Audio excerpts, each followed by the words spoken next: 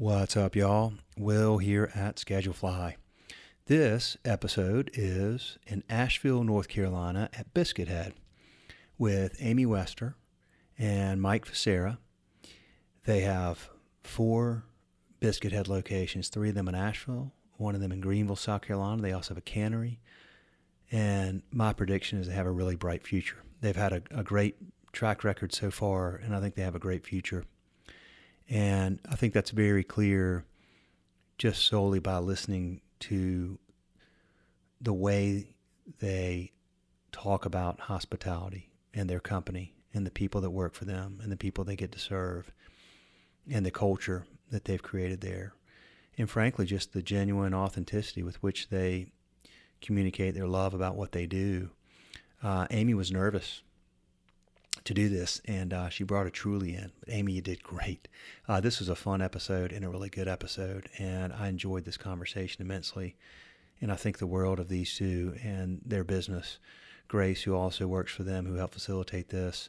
Everybody I've met there, wonderful people, and really enjoy what they do. They have fun doing it. They work hard at it. And they've just created a great culture and a great brand, and they have a lot of very happy customers. So, wonderful episode. Thank you all for listening. And before we get to it, a word from our sponsor, Pop Menu. And Pop Menu is a partner of Schedule Fly, and they're a sponsor of this podcast, and we're grateful for that. We appreciate that. Pop Menu is all about making your day easier and your sales bigger. They will simplify your marketing operations, bring in more guests, capture customer data for personalized remarketing to keep them coming back. With one super simple to use platform that integrates with most point of sales like Toast and Square and a number of others, Pop Menu starts with a beautifully designed, easy to update interactive menu that transforms the guest experience online. It includes a brand new website that's optimized for search engines like Google for no additional cost, automated digital marketing, online ordering and waitlisting, and you'll never miss another call with their AI answering solution that costs as little as 47 cents an hour. And there's so much more in there. So check out the link in the show notes. And I'll just add my 2 cents. This, I read what they asked me to say. But I like to put my take in there as well, which is we have a lot of mutual customers at Schedule Fly that we share with Pop Menu. And all the ones I've spoken to have consistently said, great product, great company, great customer service, great results. So check them out and check out this episode with Amy and Mike, Biscuit Head, Asheville, North Carolina. More episodes coming soon. Thank you all for listening. See ya. All right. So we are recording, and we are here in Asheville, North Carolina. And, well, why don't you two introduce yourselves? So I am Amy Wester. I am one of the managing partners for Biscuit Head. And I have lived in Asheville for about 15 years. Been with the company since the day we opened our doors, almost 10 years to the day. Oh, really? 10 years. Awesome. May 21st will be 10 years. All right. Yeah, and I'm Mike Fisera. I'm the Director of Operations for Biscuit Head. I've been in Asheville for about 13, 14 years. Been with the company 8 years coming August. Okay. Congratulations. Thanks. 10 years, y'all. That's great. Man. Yeah. How many locations do you have now? We have 4 restaurants and then 1 cannery. 4 restaurants and a cannery. Okay. We have 3 here in Asheville, 1 in Greenville, South Carolina, and then our cannery is in Swannanoa. Okay. Gotcha. All right. So, well, why don't we just start, Amy, with you and your hospitality journey? How did it all start? I've only pretty much done restaurants. My first job ever was at Chick-fil-A. Really? In the mall. Made $4.25 an hour on the register. Where were you? San Antonio, Texas. Okay. Is that where you're from? I'm an Army brat, so I'm kind of from everywhere. Okay, right. Yeah, so it was in Rolling Oaks Mall, if it's still there. And that was my first job, and I just never left. I've done a couple odd jobs, but on my first job, that was 15 years old. So I've been doing restaurants in all different capacities ever since. How long have you been in Asheville? 15 years. 15 years? Yeah. Okay. 2008, so is that 15? Sure. And I'm going to call it 15, I don't know. So what... Oh, these are cool. I like these cards here. So how did Biscuit Head get started? What happened? Well, Jason and Carolyn Roy had talked about this for a long time about starting a biscuit company. They had worked together at, a couple of restaurants in Colorado, and then went to Georgia, and then came here, and we all became friends from working at the Lexington Avenue Brewery, and we were just supposed to help them open a small mom and pop. It was going to be the two of them and a couple employees, and my husband and myself said that we would, help them get off their feet and get things started. We all had other jobs. I think Jason was the first one to quit his other job right before we opened. And the first weekend, we tried to keep it really quiet on when we were going to open, and I think the Mountain Express got word of it and put it out, and the first weekend crushed us. And every day after we would close, the four of us with our two kids would go to Sam's and try to replenish what we could so that we could open the next day. And we kind of looked at each other like, okay, well, this was a little crazy and busy and not what I expected. And the next weekend rolled around, and it happened again. And the next weekend, and we were like, what did we just do? And we were this hiring. Way beyond what y'all had expected. Way beyond. We had no idea it was going to be like this. Did you have a business plan? But our original spot that we were going to go into was like super small. Okay. I mean, like we could maybe do 100 covers a day if we were lucky. Okay. Like it wasn't going to be this big deal. And then, this spot landed into their laps. The landlord, Lil Woody, I think actually is the one who reached out to Jason and was like, I kind of think that this would be a great spot for you. And it was bigger than we ever expected. We had an idea to have this drive-through biscuit window that you could just go up to and grab a biscuit to go from. And Shauna was one of our first employees. She was going to run the biscuit window. And we were going to have a biscuit of the day, and it was going to be all this crazy concept because we were going to be slow and it was going to be all right. And then after the first couple weekends, we realized that was probably not going to be in the cards anymore. And we were literally calling people like, if you can bring us 6 gallons of buttermilk, you can have a job. Really? Yes, we were just dying sometimes in the beginning, and our kids are sitting in the basement, like playing on their iPads, and we had a whole activity center down there with couches for them to hang out in, so we could all 4 be here on the weekends, and it just never stopped. And so eventually, probably not even 3 months in, Carolyn and my husband both, decided they couldn't have another job, and I decided that I would stay on my second job. I quit my third one. And then a year later, I finally quit my second job. What was your other job? I worked at Jack of the Wood. Okay. In the front of the house. And my third job, I worked at Zambra as a server. Okay. All right. So this just took off like you couldn't have imagined. It did. It really did. We had to close 1 day a week in the beginning because we just couldn't. We needed that time to, one, recoup everything that we'd just gone over through the weekend, and then two, anything that we had just opened, so we were still trying to get everything exactly how we wanted it. So Mondays were our day. We either relaxed and did absolutely nothing, or we were in the store trying to just get ourselves ready to gear up for the next week. Okay. And then when did you open your second one? I don't remember the exact date. I think it was in June of 2014. Okay, so this is a couple years. 1 year later. 1 year later. 1 year later, we opened this place. Was that part of the plan? Did you have growth built into it? No, I mean, it was going to be just a small. It's just little. Mom and Pop, Carolyn and Jason were going to have that one, and we were just there to help until they felt comfortable, and then we were going to go back to what we were doing. But you had other jobs. This was all. So your plan was not that you were going to be doing this full time. We didn't think it was going to be big enough to support that many people. Yeah. What do you think? Was it the concept? Was it the timing? What happened that made people so? I mean, obviously the food was great, the service had to be great, but do you have any sense of why it just blew up so fast?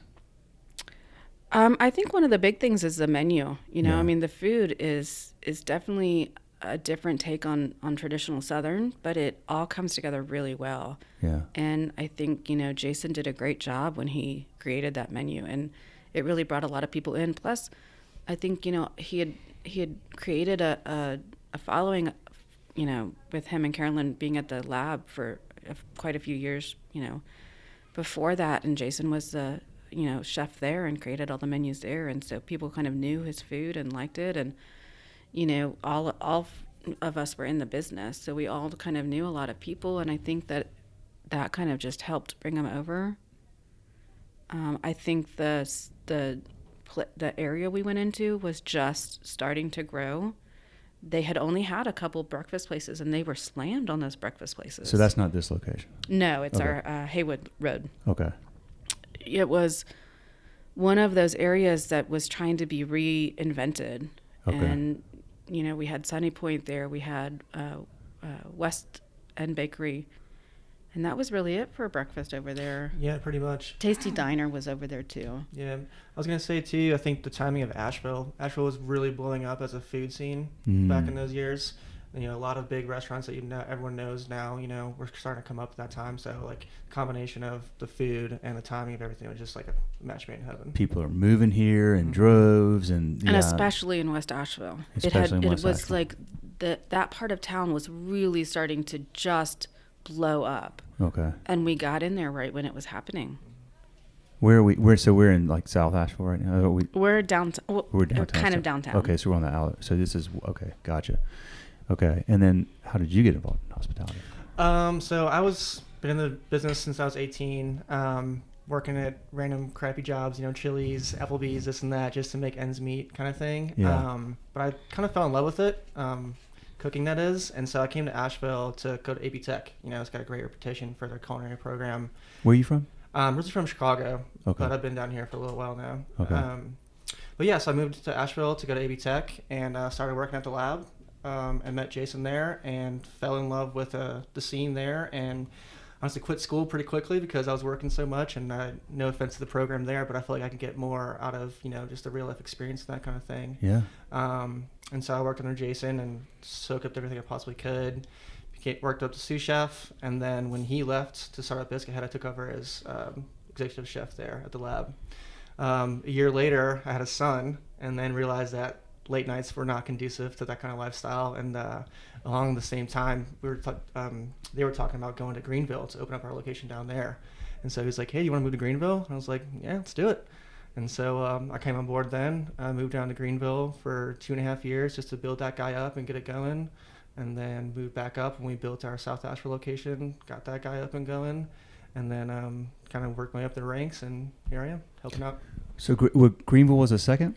Third. The third. Okay. Yeah, so West Asheville, downtown, Greenville, and then South Asheville. I got and the you. cannery came halfway in the middle of all of that. Okay.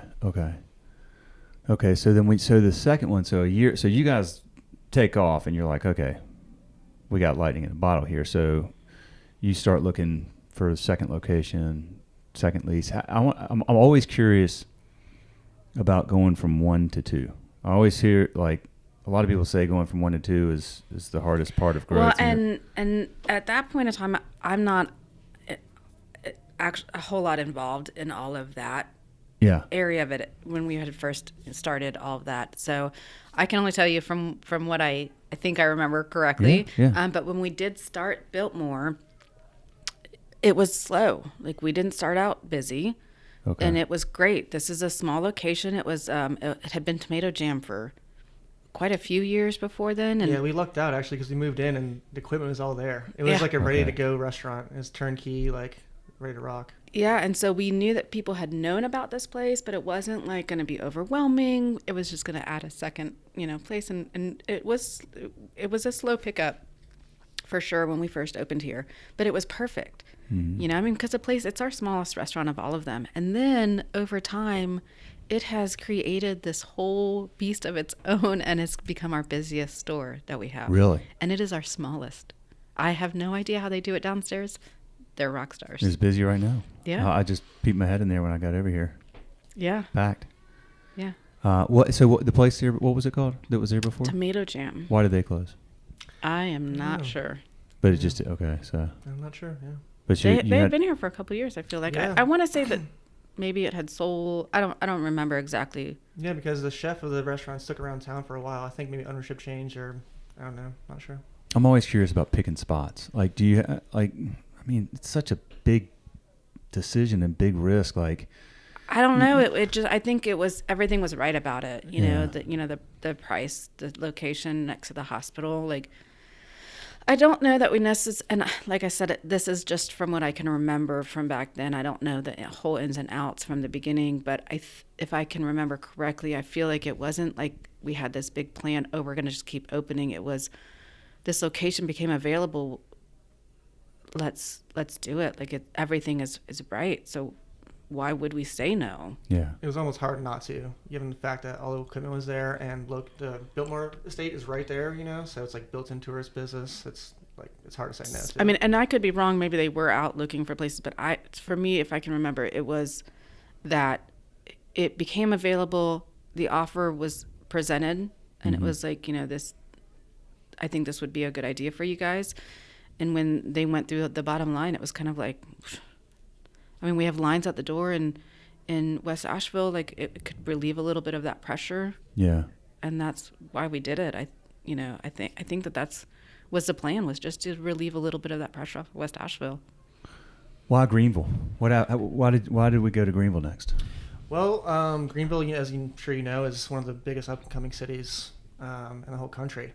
And we wanted to expand out to other markets. At the time, we weren't sure if Asheville could handle another Biscuit Head, so we wanted to branch out, but not too far, because we are still a very small company. How far is Greenville from here? It's only an hour and a half. Hour and a half. Bad, Okay. bad Yeah. traffic, Easy so drive. 61 miles from this Biscuit Head to the other Biscuit Head. Okay. All right. There you go. But it's on 26, so let's add another half hour. So yeah, we wanted something far enough, but also so close enough that we could, check in and be present and make sure it was running the way we wanted to and that kind of thing. And it's done pretty well for us so far, and it's getting ready. Sorry, we had some friends who had also gone to Greenville and had, told us about it and said that they were loving it and doing really well and loved the city. And so I think that had part of why we decided to go out there. Mm-hmm. And you went down there for a couple of years? Yeah. I went up down there with, all of us were down there for a long time, but I lived in Trailers Rest for a while, and it was awesome, man, being hands-on on the actual build of the restaurant, and then starting up and stuff like that, getting it going, and seeing how it's transformed since then. It's a trip. What was in that location before? It's a complete new Nothing. build, actually. Nothing. Yeah, we got it when it was a skeleton. It's actually at the bottom level of an apartment complex. Okay. So it's retail on the bottom level, built-in parking. And It was literally a dirt lot Okay. before we went in there. Like, they built the whole complex. So that would have been your most expensive start? Yes and no, because, Or did they give you a lot of... yeah. Okay. They wanted a good concept in there. Exactly. And they were building it anyways. Yeah. Okay. They were going to build this space. It was just a matter of who they were going to put in it. Okay. Mm-hmm. Yeah, Okay. we definitely invested a lot in the space for sure, but We got to make it our the Exactly. way that we wanted it to be, yeah. which was really nice. Because the other two we had moved in as they were. Yeah. So, with the concept of how our line goes through the middle of the restaurant in West Asheville, obviously we've got to build south out, so you can tell the progression. It wouldn't have been our ideal situation to have a line go through the middle of the restaurant, but that's how the restaurant was built and kind of how we kind of ended up having to make it work. And then at this location, you can fit, 5 people in line inside. Going forward, ideally, that's not, how you necessarily would have it, although I think each store has its pros and cons. Mm-hmm. But Greenville was the first one that we really got to say, like, okay, what does work, what doesn't work, and how do we really want to make this the best way for us? Okay. Which was kind of nice. And yeah, it was very nice, and also we had the most time to do it too. The first couple, opening the second location, it was just like, okay, we're gonna do it, and let's jump in and figure it out as we go. Greenville, we had months and if not years of them building and planning and construction and yada yada to really really hone down what we wanted our build out to be and the flow of our line, both in front of house and back of house, which is awesome. And then we continued to progress, like she said, with our fourth location. That was our second time getting to truly build out the whole thing. Which I think we did the best job at. That's my Your favorite fourth store. location? Yeah. Okay. Because the line comes along the wall, so you That's don't have the line getting into any of the tables. It's not blocking off the bathroom. That's the one I met y'all at. Yeah, exactly. Yeah. Okay. That's Yeah. a cool location. Yeah. I think fingers crossed, if and when we ever do decide to keep going, that will be our flagship model going forward. Okay. So, and when did that one open? That was 2019. February 14th. Valentine's Day. of 2019. 2019, yep. So 1 year later, boom, COVID, and then okay. All right, so now we're on the other side of COVID. Yes. So you've got 4 locations. Are we thinking of growing more? Do we think about franchising? Like what's We have talked about it. I mean, COVID really kind of changed the way that restaurants work. Yeah. And prior, break that down a little bit. Well, prior, that was a big talk that we were having was, the possibility of franchising. We hadn't really dialed it in, but we were working on trying to maybe get ourselves. We were really trying to work on getting ourselves to the point where we could really think of it as a viable, opportunity. We hadn't gotten there yet, but we were working on it. And then I remember we were here in the conference room, and we met that morning, and we said, okay, we need to make a list of, all the things that we might have to cut if all of the stuff that they're talking about with COVID really happens. And I think 4 hours later is when the announcement came out that said, you guys have to close your restaurants. And so that progress was really kind of eye-opening, and none of us had expected it to progress so quickly. We were just here this morning talking about, okay, well, if we have to cut, right? Where can we make some cuts to make sure that we're going to make it through this? And then 4 hours later, we're like, we're going to have to close our doors tomorrow and fire 95 employees and see what happens. So here we are on the other end of it. We survived. We closed all of our restaurants except for one. We kept Biltmore open as a to-go only, especially with it being right next to the hospital. Mm-hmm. And we went down to 4 employees. And we made it work. I feel like we tried to do a lot. We tried to give back a lot. We opened up a food pantry for our staff every Sunday. Mm-hmm. And Jason and Carolyn would go over. We would place U.S. food orders for anything that the staff would talk about them needing, stuff for their kids, stuff for their animals, food that they needed. And we would open basically a food pantry in our West Asheville, and they would come in and they would make their crates of food for the week and take it home. And I think that was the one thing that we could control to make us feel like everything was going to be okay. It was like we were still trying to just make sure that all of our people were going to be okay. And through it all, I think that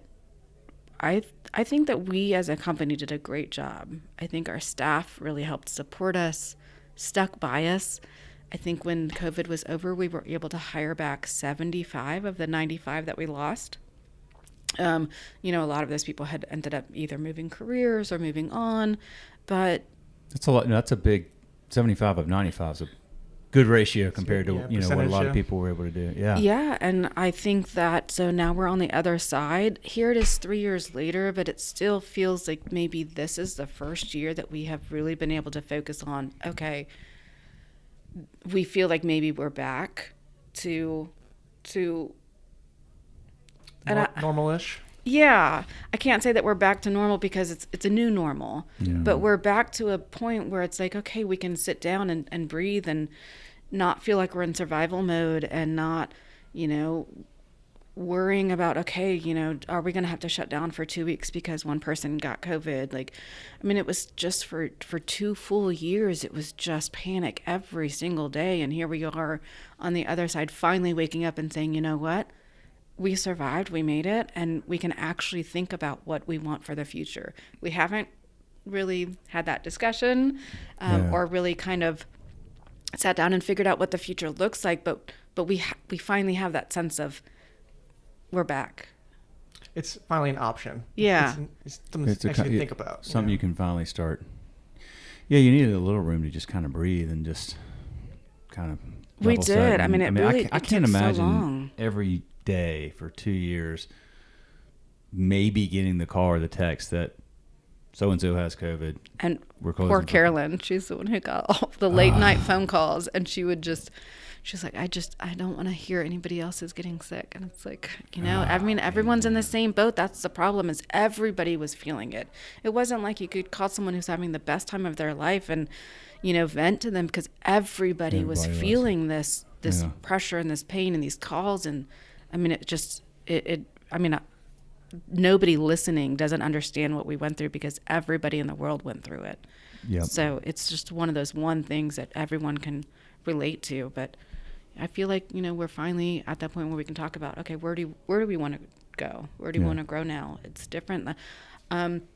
So as far as where we're at after, I think that it changes how you viewed everything. For us, we really want to just build everything from the foundation up and really make sure that we're good from the bottom, versus just really having people just grow for the sake of growing.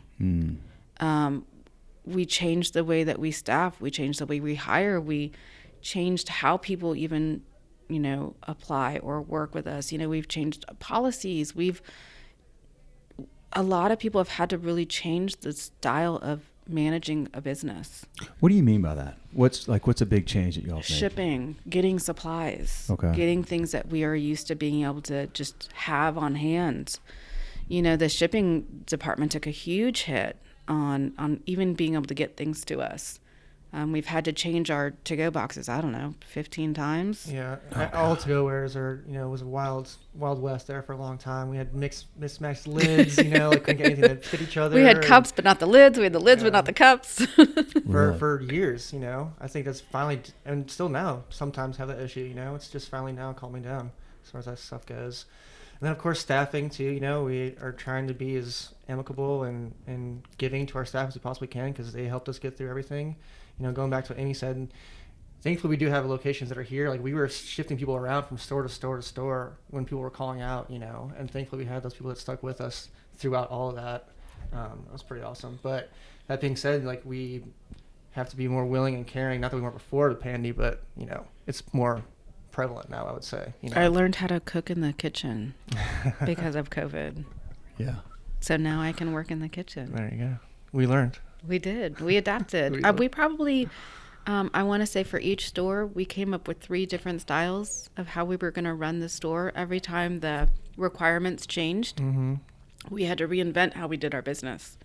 So we never did online before COVID. I mean, we did a little bit, but that wasn't really what we were focused on. And we didn't use any third-party delivery systems, anything like that, we didn't have the online ordering system. Yeah. And so, as you may know, all of our locations are very, very different in their setups. Yeah. And so, we had to figure out, how do we serve to-go food out of this store, and how's it going to work with this store and these equipments, and that kind of thing. It was like every day was a puzzle as far as that goes, and changing all the time too.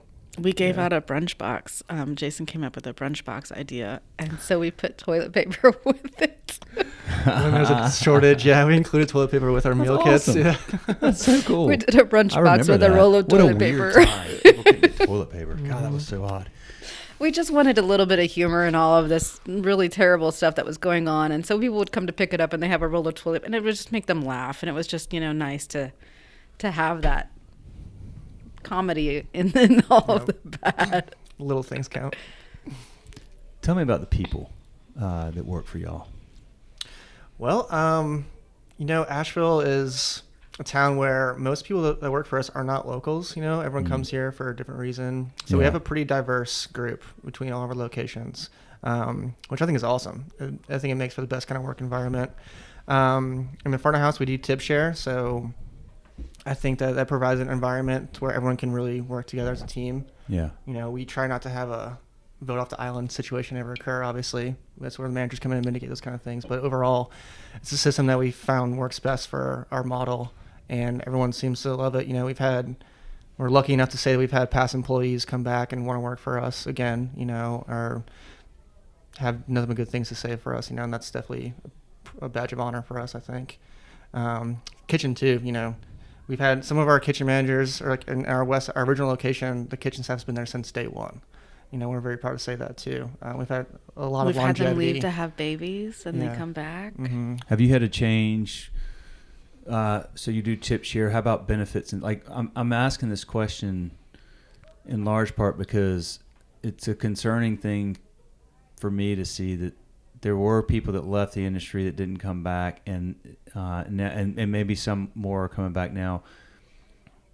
But it just seems, talking to owners around the country, that it's getting harder generally to find people to work. And then when you do get good people, you darn sure want to keep them because it's hard and expensive to replace them. And I'm curious about, what types of things y'all have implemented to just, you've obviously done a good job. You've kept a lot of people. I mean, I don't know that we've offered a whole lot we didn't offer before, because that was the thing. That was when Carolyn and Jason started this, they always wanted it to be a very caring place for our employees, and we always offered sick pay for our employees since the day we started. 3 days of sick pay, and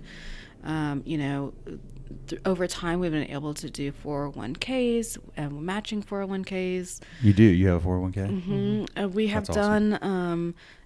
We've done gym memberships, we've done we finally got to where we could offer insurance.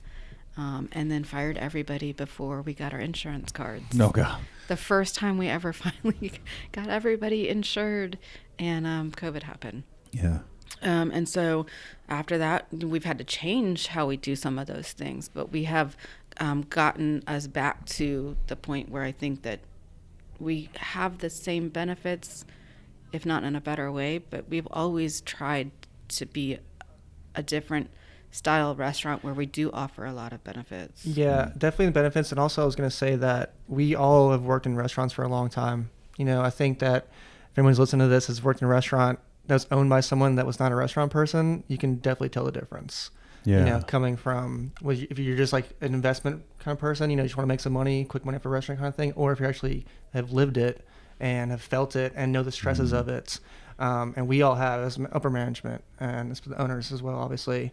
And so it was super important for all of us to convey that, comfortableness and just let everyone know that we've seen it. And we, like she said, she goes in the kitchen and, we work side by side with them. I'll go wash dishes, like we get in the trenches with our staff all the time. We're there with them. It's an equal fight, together to make it through. You're not asking people to do things that you haven't done or don't do yourself, which is a big, leading by example it goes a long way. Actions over words. It's interesting because when you all think about growing, and you think about whether you grow, if you grow, do you grow company owned or franchise, and that's I think that'll be an interesting conversation because of what you just talked about. When you franchise, a lot of times you get people that, maybe they're in corporate America. They know they don't want to be doing that, but they don't want to be just a full stop entrepreneur. Maybe they're 20 years into their career, so they buy a license, and then they're coming in from that background. Not to say that they can't be really good at it and do a really good job, but it's just if you haven't been on, been on the line or, been in the dish pit, like it's just an interesting thing. Not to say it can't be done, but I bet that'll be a big part of that, because what you're talking about is culture. And your culture, a lot of that is because you have people that run this business that have been in the business and know the business and understand every aspect of the business, and the employees see that and they want to work for people like that. And Jason and Carolyn have always wanted to be one of those that gives the opportunities to the employees first and foremost. Yeah. So we've always thrown over ideas on how it is that we can implement that. Yeah. And make it so that, it's not that we're giving these stores to other people. It's that we want our employees to feel like they can grow and do this themselves as well. Yeah, it's pretty rare that we hire new management from outside the company. Okay. We definitely look inside first, always. Yeah. Our very first employee we ever hired still works for us. Mm-hmm. But if you franchise, that's what I'm saying.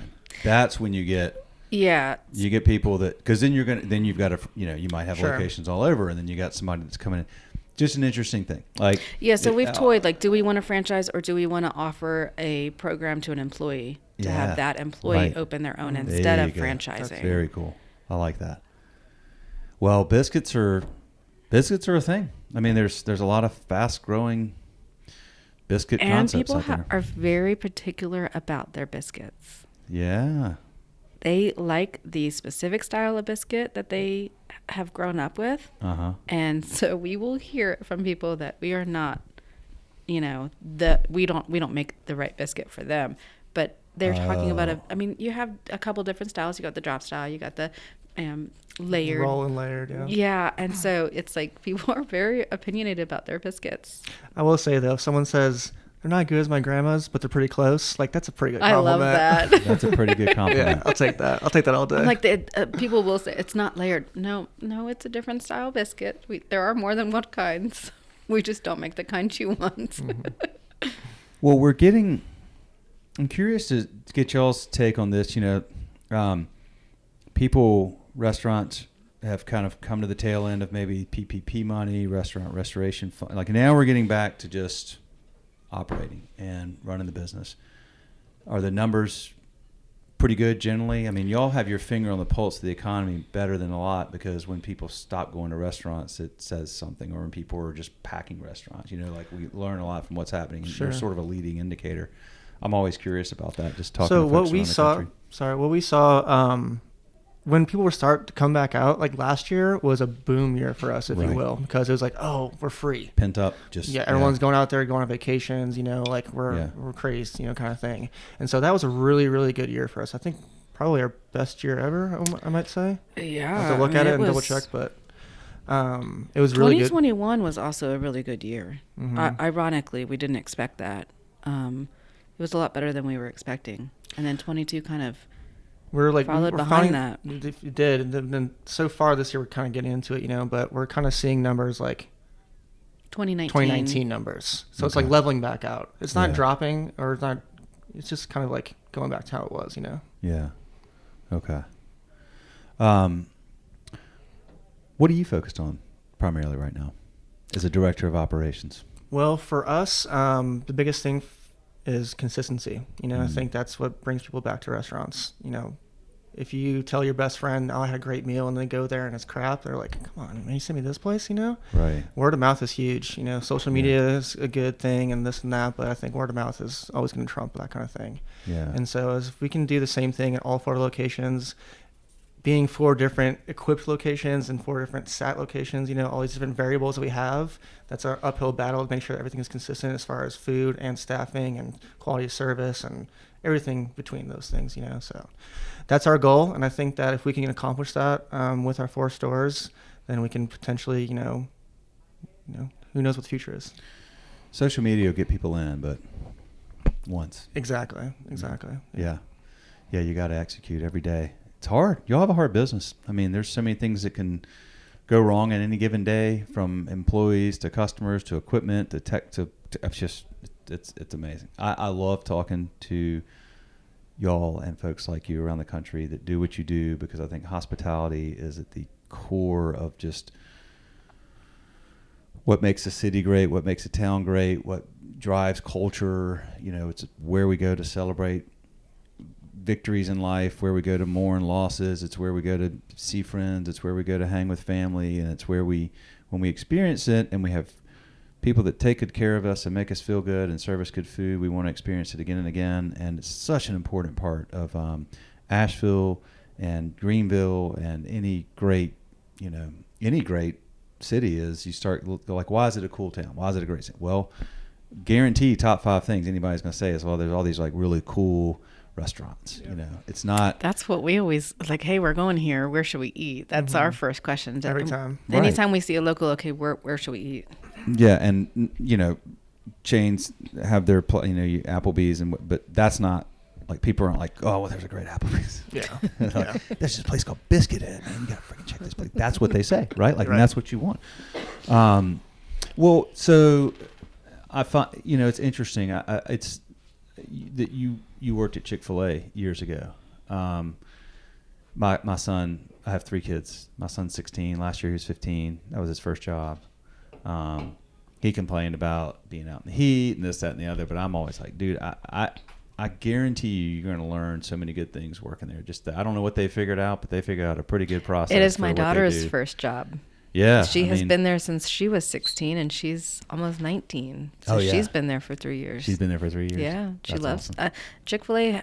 I don't know how they figured it out, but they've really got it down. They have a great business model, yeah. Well, I think they're smart that they have, you know, if I believe I'm correct in this, that at least now, the franchisees can only have one location. Oh, wow. You can only own one, and you got to be there like X number of hours. Like it's, so it limits your upside because you know what pretty much what you can make, but you can, if you're okay with that, then you can do well, but that's your one. And so when you got your one, and you got to be there, and I think they have to be there 40, 50 hours, whatever it is per week, then it's a pretty smart good on model. Chick-fil-A's end, honestly. I mean, if you can get people to be like, okay, I'll just have one, because most people that buy franchises want to have, the first and the Multiple, third, yeah. fifth, Right. 10th, whatever. So, you were nervous, but I haven't been. You've taken like 2 sips of that Truly. How do we do? Did we do all right? I hope so. I don't know. I guess we'll hear when it comes out how I did. You did fantastic. You did fantastic. I feel good that you weren't constantly sipping on that, which means that maybe you were engaged and, we had a good conversation. Well, did we miss anything? Did we miss anything, Grace? Anything we should talk about that we didn't? What do you think? I don't know. I don't know. I think that one of the big takeaways as being part of the restaurant industry after COVID was learning how to have a really good, well-balanced live-work balance. Yes. I guess it's life-work balance. Yeah. Life-work balance We is what knew. it's called. And, I think that that's the biggest change that the industry has to make is, we're no longer, living to work. We want to work and live together and really kind of figure that out. And I think that's the biggest difference in this industry, and that's where we're going.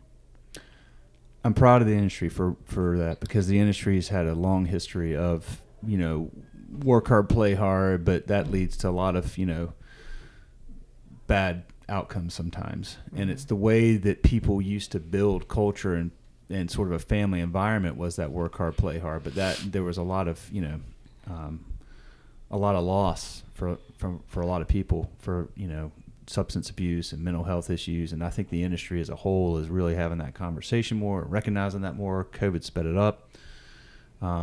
It made us realize that, a lot of us do want a lot more for our personal selves Yeah.